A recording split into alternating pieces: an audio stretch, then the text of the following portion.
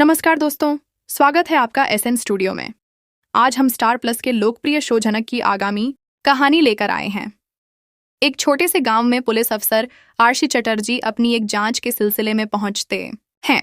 उन्हें यह अंदाजा नहीं था कि यह केवल एक क्रिमिनल केस नहीं बल्कि उनकी जिंदगी की सबसे बड़ी सच्चाई से टकराव होने वाला है। आरशी का मकसद साफ था, पराशर को कानून के हवाले कर उसे सजा दिलवाना। लेकिन जैसे जैसे वह गांव में पराशर से जुड़ी परतों को खोलते हैं, एक के बाद एक ऐसे राज सामने आते हैं जो उनकी सोच से परे थे। एक दिन पराशर के घर में एक तस्वीर आरशी को रोक देती है। एक मुस्कुराती हुई छोटी बच्ची की तस्वीर। ये बच्ची कोई और नहीं बल्कि उनकी अपनी भांजी अदिति थी, जिसे वह हमेशा मून के नाम से जानते थे। आरशी चौंक जाते हैं। उनका अतीत और इस गांव का अपराधी एक दूसरे से कैसे जुड़ सकते हैं? इसी उलझन में उनकी मुलाकात होती है नूतन से, एक गंभीर लेकिन सुलझी हुई महिला जो गांव के अंधेरे कोने में अपनी पहचान छुपाकर जी रही थी। नूतन आरशी को बताती है कि वह बच्ची, जिसे वह मून के नाम से जानते हैं, उनकी बहन अर्शी की बेटी है। नूतन ने उस बच्ची को 5 साल तक पाला, फिर एक दिन उसे उसके असली माता पिता को सौंप दिया। इस रहस्य को जानकर आरशी को गहरा झटका लगता है। लेकिन बात यहीं खत्म नहीं होती। नूतन आगे बताती है कि मून की माँ अर्शी और वह बच्ची, जिसे आरशी अपनी भांजी मानते आए हैं, दोनों एक ही पिता की बेटियां हैं, अलग अलग माताओं से। इसका मतलब था कि झनक और मून दोनों सगी बहनें हैं। यह जानकारी आरशी के लिए एक बड़े उलटफेर जैसी थी। अब उन्हें समझ आने लगता है कि यह लड़ाई सिर्फ कानून की नहीं, इंसाफ की है, एक माँ की पहचान और रिश्तों के जुड़ाव की। आरशी ठान लेते हैं कि वह झनक को उसका हक, उसकी पहचान और वह सम्मान दिलाएंगे जिसकी वह हकदार है। झनक के जीवन में अब एक नई हकीकत सामने आने वाली थी। वह महिला, जिसे कभी मून की मां माना गया था, अब उसकी बहन के रूप में सामने आ रही थी। जनक ने अपनी बेटी अदिति को अपने हाथों से पाला था, लेकिन अब उसे यह समझ आ रहा था कि इस बेटी को वह प्यार मिल सकता है जिसे वह जीवन भर तरसती रही। वहीं दूसरी ओर अनिरुद्ध, जो कभी जनक के मातृत्व पर सवाल उठा चुका था, अब उस सच्चाई के सामने खड़ा था जिसे वह बरसों से नकारता आया था। उसने कभी अपनी बेटी को स्वीकार नहीं किया और ना ही जनक के मातृत्व को समझा। लेकिन अब वह इस सच्चाई से अनजान नहीं रह सकता। जब जनक ने अपने बच्चे को जन्म देने का फैसला किया था, तब वह बिल्कुल अकेली थी। न पराशर का साथ था, न अनिरुद्ध का सहारा। लेकिन उसने हार नहीं मानी। वह चाहती थी कि अपनी संतान को इस दुनिया में लाए और उसे एक बेहतर इंसान बनाए। समय के साथ वह एक प्यारी सी बेटी की मां बनी, जो उसकी ताकत, उसकी हिम्मत और जीने की वजह बन गई। अब कहानी में 20 साल का लीप आता है।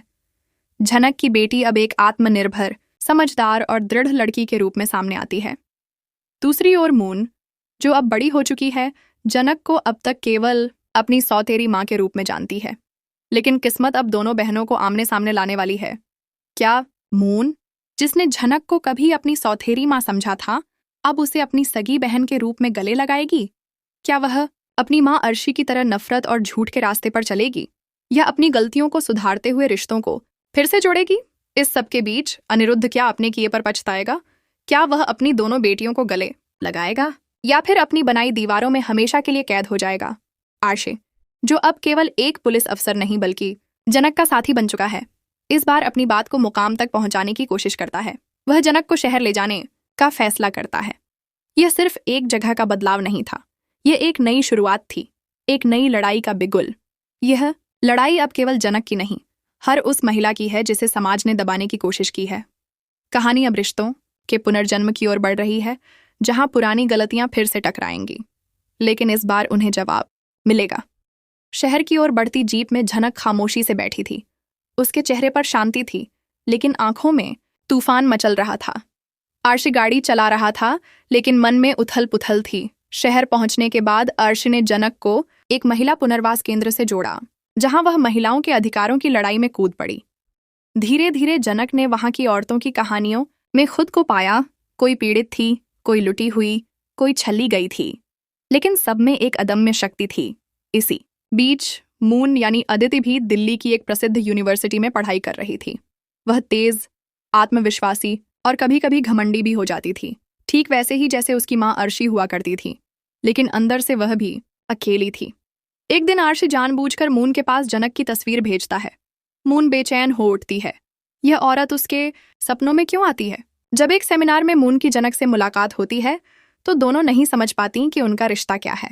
मून सिर्फ इतना जानती है, इस महिला की आंखों में एक अजीब सा अपनापन है। जनक तो पहली नजर में अपनी बेटी को पहचान जाती है, लेकिन कुछ नहीं कहती। वह चाहती है मून खुद अपने दिल की आवाज सुने। आरशी उसे समझाता है, सच्चे रिश्ते थोपे नहीं जाते, उन्हें पाला जाता है। इधर पराशर को खबर मिल जाती है कि आरशी और झनक अब शहर में है। वह साजिशें रचने लगता है, क्योंकि उसके पास भी एक राज था जिसे छुपाना उसकी जिंदगी की सबसे बड़ी मजबूरी बन चुका था। असल में मून झनक और अनिरुद्ध की बेटी थी, लेकिन अर्शी ने उसे अपनी बेटी बताया था। अब कहानी के केंद्र में एक डीएनए रिपोर्ट आ चुकी थी, जिसे राशि ने गुपचुप करवाया था। रिपोर्ट साफ कहती थी, अदिति की जैविक मां अर्शी नहीं बल्कि झनक है। आरशी दुविधा में था, सच सामने लाए या सही वक्त का इंतजार करे। तभी अर्शी शहर आ पहुंचती है, और जब मून को झनक के करीब देखती है तो उसका खून खौल उठता है।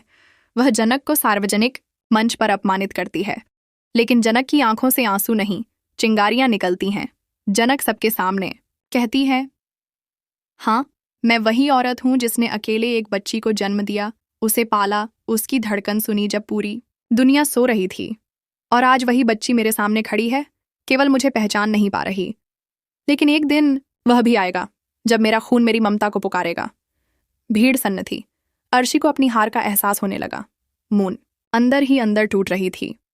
जब वह आरशी की दी हुई डायरी पढ़ती है, जिसमें जनक की पूरी कहानी दर्ज थी, उसका जन्म, संघर्ष, पराशर की साजिशें और अर्शी का धोखा, मून की आंखें भर आती हैं। वह दौड़ती हुई झनक के पास जाती है और पहली बार बिना कुछ कहे उसे गले लगा लेती है। माँ, मुझे माफ कर दो, मैं तुम्हारी पहचान तक नहीं कर पाई। झनक उसे थाम लेती है और बरसों का सूखा पल बह जाता है। उधर अनिरुद्ध, जो अब तक आंखें मूंदे बैठा था, आरशी के सामने आता है। मैं जानता हूं मैंने बहुत गलती की, लेकिन क्या अब भी देर हो गई है? आरशी शांत स्वर में कहता है। माफी शब्दों से नहीं, कर्मों से मिलती है। अपनी दोनों बेटियों को अपनाओ, जनक को सम्मान दो, यही तुम्हारी सजा भी है और प्रायश्चित भी। अब कहानी उस मोड़ पर है जहां तीन महिलाएं, झनक, मून और अर्शी, तीन पीढ़ियों की सोच बनकर खड़ी हैं। एक ममता की मिसाल, एक सच्चाई की खोज में और एक झूठ की कैद में। क्या पराशर का राज्य सामने आएगा? क्या अर्शी अपने झूठ को स्वीकार करेगी? क्या समाज झनक को वह इज्जत देगा जो उसने बरसों से खो दी थी? जनक की कहानी अब सिर्फ एक कहानी नहीं, यह हर उस महिला की आवाज है जो अपने अधिकारों के लिए लड़ रही है। यह कहानी है उन अनकहे जज्बातों की जो अब पर्दों के पीछे नहीं रहेंगे। यह है रिश्तों के पुनर्निर्माण की कहानी, जहां झूठ का पर्दा हटेगा और सच्चाई अपनी जगह पाएगी। आगे के अपडेट्स के लिए हमारे साथ जुड़े रहें। अगर वीडियो अच्छा लगा हो तो इसे लाइक करें और एसएन स्टूडियो को सब्सक्राइब करना ना भूलें। हर हर महादेव।